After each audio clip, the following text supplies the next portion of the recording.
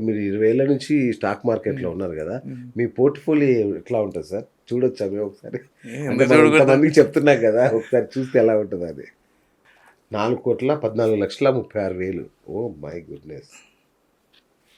కానీ ఇదంతా కలిపి 5 స్టాక్సా సార్ ఇది మొత్తం? అవునండి. అవునండి. అదేలా సార్? ఇంకొక దానిలో ఒక దాంట్లోనే రూ. 1,00,00,000 పెట్టారు. అట్లా పెట్టొచ్చా?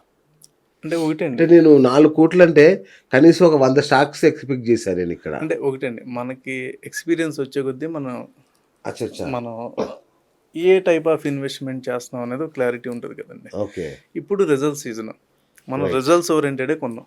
So, okay. కాన్సంట్రేటెడ్ స్టాక్స్ కొన్నాం. సో, హ్మ్. రిజల్ట్స్ అవ్వంగానే మనం అమ్మేస్తాం.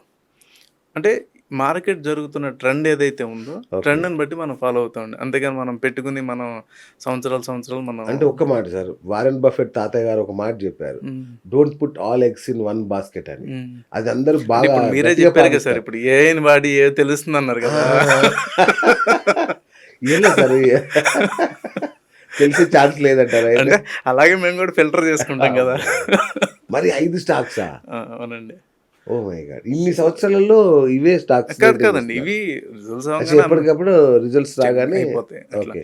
మార్కెట్ ఆ! పడింది. ఓకే. అప్పుడు మళ్ళీ డిఫరెంట్‌గా మనం అటెంప్ట్ చేస్తాం. ఇప్పుడు ఇవున్నాయి అచ్చా! ఆ! రిజల్ట్స్ అవ్వంగానే మొమెంటమ్. ఓకే. మనకి అనుకున్న ఏదైతే పర్సెంటేజ్ వచ్చిందో మనం ఎగ్జిట్ అయిపోతాం. ఓకే. మళ్ళీ అన్ స అంటే సప్ ఒకటి సార్ అంటే మీతో డిస్కస్ చేశారో లేదో.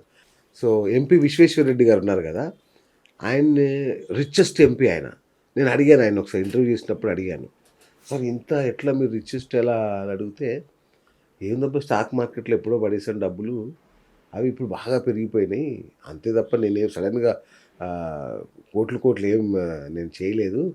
స్టాక్ మార్కెట్‌లో అయిందని జెప్పారు. అంటే ఇప్పుడు రిలయన్స్ ఇట్లాంటివి కొని అట్లా పెట్టేసుకుంటే ఒక 10 ఏళ్ళకి, 20 ఏళ్ళకి అది చాలా అద్భుతమైన ప్రాఫిట్స్ ఇస్తది. డబ్బులొస్తాయి అనేది మామూలుగా అంటే నిఫ్టీ 50లో అట్లా పెట్టేసి కూర్చుంటే డబ్బులొస్తాయి అనేది బేసిక్‌గా అందరికి ఉన్న ఆలోచన.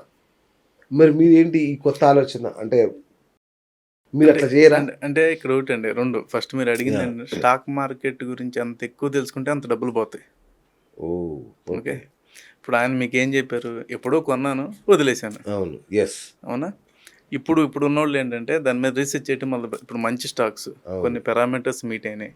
పెట్టుకోవాలి, వదిలేయాలి. అవును. అలా కాకుండా మనం ఎవ్రీ క్వార్టర్ మనం చూస్తుంటాం. అవును. ఎవ్రీ మంత్ చూస్తుంటాం. నేనైతే రోజు చూస్తాను. నా సో, మ్యూచువల్ ఫండ్స్ కూడా సో, రోజు చూస్తా. సో ఏంటంటే అలా చూస్తా ఉన్నప్పుడు రకరకాలుగా మనం దాన్ని అవును. ఆలోచనలొస్తుంటాయి. అవును. ఆలోచనలొస్తుంటాయి. ఇది తీసేసి ఇంకో దానిలో అవును. పెడతాము. ఇలా అవును. జరుగుతుంటది అవును. ఒకటి. అవును. రెండేంటంటే మనమేంటంటే కార్పస్ ఉందంటే కార్పస్‌ని మనం స్పెక్యులేట్ చేసుకుంటామండి. అంటే లాంగ్ టర్మ్ అంటే ఏంటండి? It is a combination of so many short terms. Yes. Right? అవును. ఒక లాంగ్ టర్మ్ నాకు 10 ఇయర్స్ అవును. పెట్టానంటే so many short terms.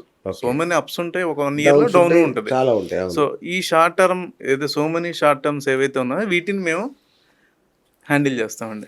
So, మేము ఓకే. కూడా లాంగ్ టర్మే పెడతాం. ఏ ఆహా! స్టాక్స్ లాంగ్ టర్మ్ పెట్టాలి? ఏ ఓకే. స్టాక్స్ షార్ట్ టర్మ్ పెట్టాలి? ఓకే. ఓకే. రిజల్ట్స్ ఎలా ఉన్నాయి? హ్మ్. దాని మీద కొద్దిగా అవగాహన ఉంది కాబట్టి, రైట్. ఎక్స్‌పీరియన్స్ అంటే ఉంది ఇప్పుడు కాబట్టి మాలాంటి వాళ్ళు మీకు 10,00,000 1,00,00,000 ఇచ్చామనుకోండి. హ్మ్. సో, రిలయన్స్ అట్లాంటి వాటిల్లో పెడతారా? నిఫ్టీలో పెడతారా? అంటే అట్లే కదండీ. ఆ! మనం ఆబ్జెక్ట్ ఏంటి? ఇప్పుడు సపోజ్ మనం ఎంత రిటర్న్ మనకు కావాలి? అచ్చచ్చా! ఓకే. దాని మీద ఎప్పుడు మనం ఎలా చెప్తామంటే అండి, ప్రొడక్ట్ బేస్ మనం చెప్పం. ఓకే. పర్సన్‌కున్న రిక్వైర్మెంట్ ఏంటి? అచ్చచ్చా! సో, పర్సన్ ఎలాంటి రిక్వైర్మెంట్‌తో వచ్చాడు?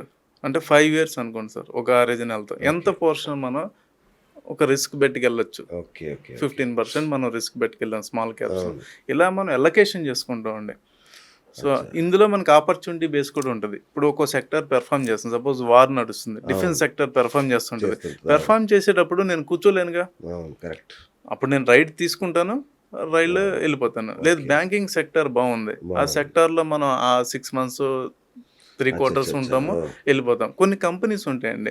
అవి ఇప్పుడిప్పుడే ఫార్మ్ అవుతుంటాయి. అంటే అవును. నంబర్ ఆఫ్ చిన్న కంపెనీస్. అవును. వాటిలో మనం 5 ఇయర్స్ హారిజన్‌లో మనం వెళ్తాం. హ్మ్. సో, పెద్ద కంపెనీస్‌లో ఏంటంటే న్యూస్ బేస్ ఎళ్తాము. లేదంటే రిజల్ట్స్ బేస్ ఎళ్తాము. ఆపర్చునిటీ బేస్ మనం బై చేస్తామండి. ఓకే.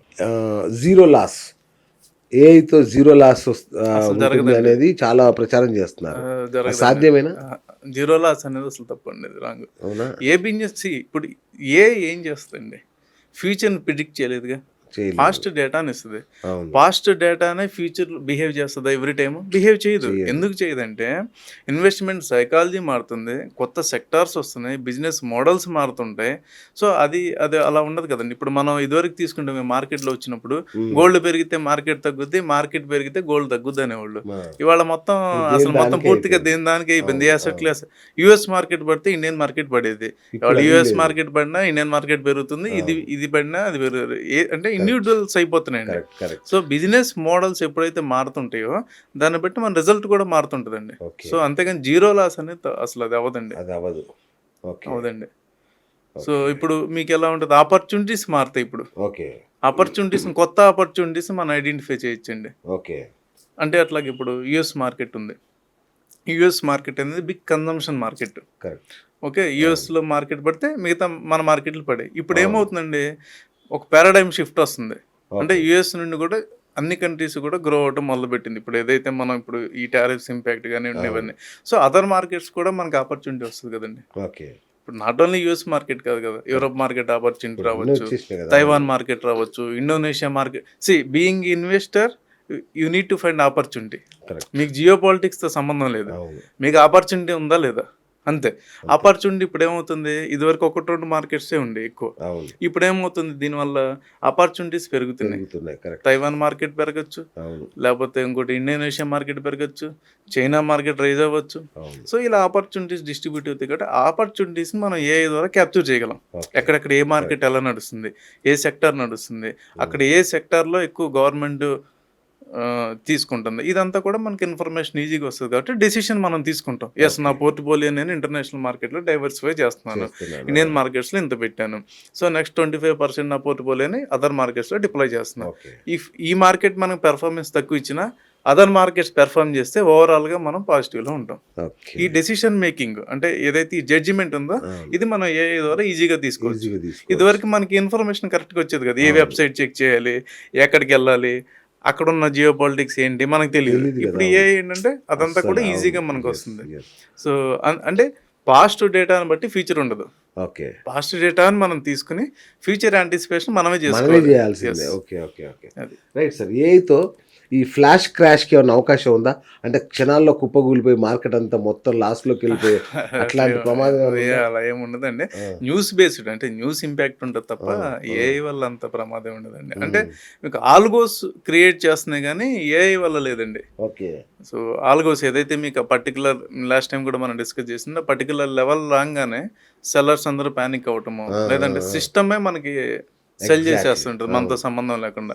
సో ఇప్పుడు ఏఐని ఎందుకు వాడుతున్నారండి, ఆల్గోస్ ఎందుకు వాడుతున్నారు, హ్యూమన్ ఇంటర్వెన్షన్ తగ్గించాలండి. మిషన్ అనేది ఎమోషన్స్ ఉండవు, దానికి మిల్లీ సెకండ్స్లో ఎగ్జిక్యూట్ చేస్తుంది ఆర్డర్స్ని, మనకన్నా కూడా ఫాస్ట్గా ఎగ్జిక్యూట్ చేస్తుంది.